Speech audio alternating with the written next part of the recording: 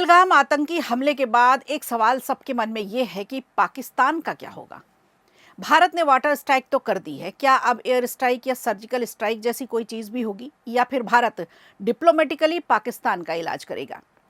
वहीं दूसरी तरफ पाकिस्तान के रक्षा मंत्री खुलेआम ये कबूल कर रहे हैं कि उसने ही आतंकियों को ट्रेनिंग दी है और पिछले 30 सालों से दे रहे हैं। क्या है पूरा मामला, विस्तार से बताएंगे आपको। इसके अलावा लंबे समय के इंतजार के बाद नीट पेपर लीक का मास्टरमाइंड संजीव मुखिया पटना से गिरफ्तार किया गया है। गिरफ्तारी के बाद और कौन कौन से खुलासे हो सकते हैं, इस पर हमारी नजर रहेगी। बने रहिएगा हमारे साथ। नमस्कार, खबर प्रधान शो देख रहे हैं आप और मैं हूं संगीता श्रीवास्तव।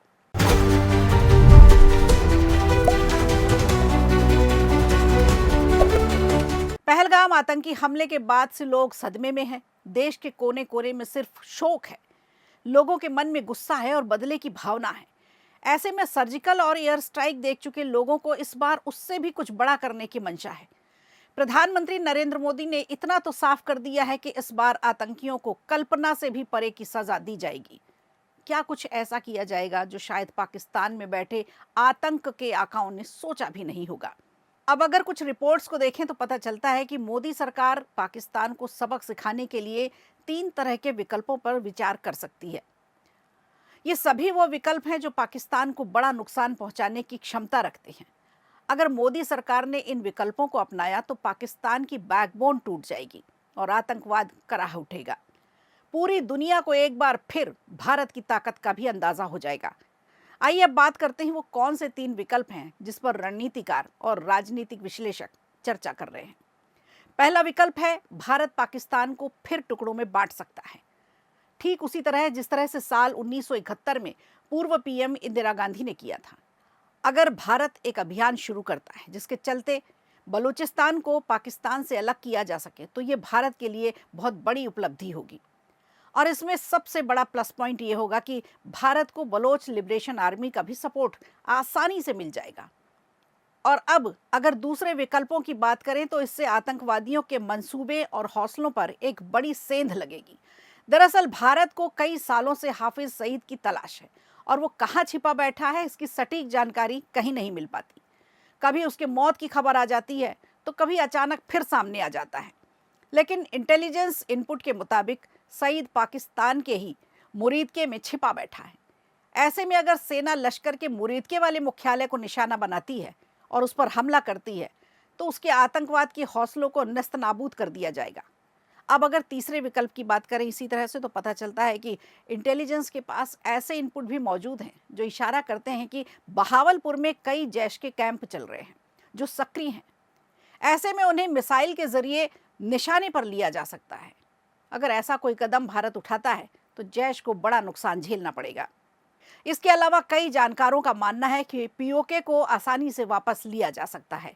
कई साल पहले एक रिपोर्ट में कहा गया था कि भारत चाहे तो 7 दिनों के अंदर पीओके को अपने कब्जे में ले सकता है। सरकार के कई मंत्री भी समय समय पर इस ओर इशारा भी कर चुके हैं। लेकिन इस मिशन के लिए समय भी चाहिए, संसाधन भी चाहिए और इसमें रिस्क भी उतना ही बड़ा है। लेकिन रणनीतिकार कुछ ऐसे ही विकल्पों पर फिलहाल वर्तमान में बात कर रहे हैं। इधर पाकिस्तान के नापाक इरादों का आखिर इलाज क्या है? अब देखिए, पहले तो चोरी और फिर सीनाजोर। आपको जानकर हैरानी होगी कि पाकिस्तान के रक्षा मंत्री ख्वाजा आसिफ ने ऑन रिकॉर्ड ये बात कबूल की है कि उनका देश पिछले 30 सालों से आतंकवादियों को पनाह दे रहा है, ट्रेनिंग दे रहा है। हालांकि पूरा का पूरा ठीकरा उसने अमेरिका और पश्चिमी देशों पर फोड़ दिया है। ख्वाजा आसिफ ने शुक्रवार को ब्रिटिश अखबार द स्काई को दिए इंटरव्यू में ये बात कही है। ब्रिटिश एंकर ने जब उनसे ये सवाल पूछा कि क्या पाकिस्तान आतंकी गुटों की गतिविधियों के लिए जिम्मेदार है तो इस पर उन्होंने कहा कि वैश्विक शक्तियों ने अपने हितों के लिए पाकिस्तान का इस्तेमाल किया है। कि आसिफ ने यह भी माना है कि आतंकियों का समर्थन करना या ट्रेनिंग देना बड़ी गलती थी, हम इसकी सजा भुगत रहे हैं। उन्होंने कहा कि अगर हम सोवियत यूनियन के खिलाफ जंग में शामिल नहीं होते हैं तो 9/11 के हमलों के बाद जो हालात बने हैं वो न बनते, तो पाकिस्तान का रिकॉर्ड बेदाग होता, ऐसा उन्होंने कबूल किया। आपको बता दें, पाकिस्तान का ये बयान उस समय आया जब भारत एक बार फिर आतंकवादी घटना का शिकार बना है। ऐसे में पाकिस्तान के इस बयान से कहीं ना कहीं ये साबित होता है कि पाकिस्तान इस समय बौखलाया हुआ है, डरा हुआ है। डर उसे इस बात का है कि कहीं भारत फिर कोई बड़ी कार्रवाई ना कर दे, क्योंकि अगर भारत ने कोई कार्रवाई की तो उसके समर्थन में अब कोई देश खड़ा नहीं होगा।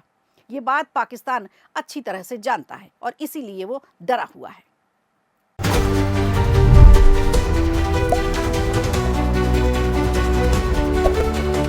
अब बात करें नीट पेपर लीक की, तो इस मामले का मास्टरमाइंड संजीव मुखिया आखिरकार पुलिस के हत्थे चढ़ ही गया। दरअसल बिहार पुलिस की एसटीएफ ने उसे पटना से गिरफ्तार किया है। आपको बता दें, संजीव मुखिया कई महीनों से फरार था और बिहार पुलिस ने उस पर 3 लाख का इनाम भी रखा था।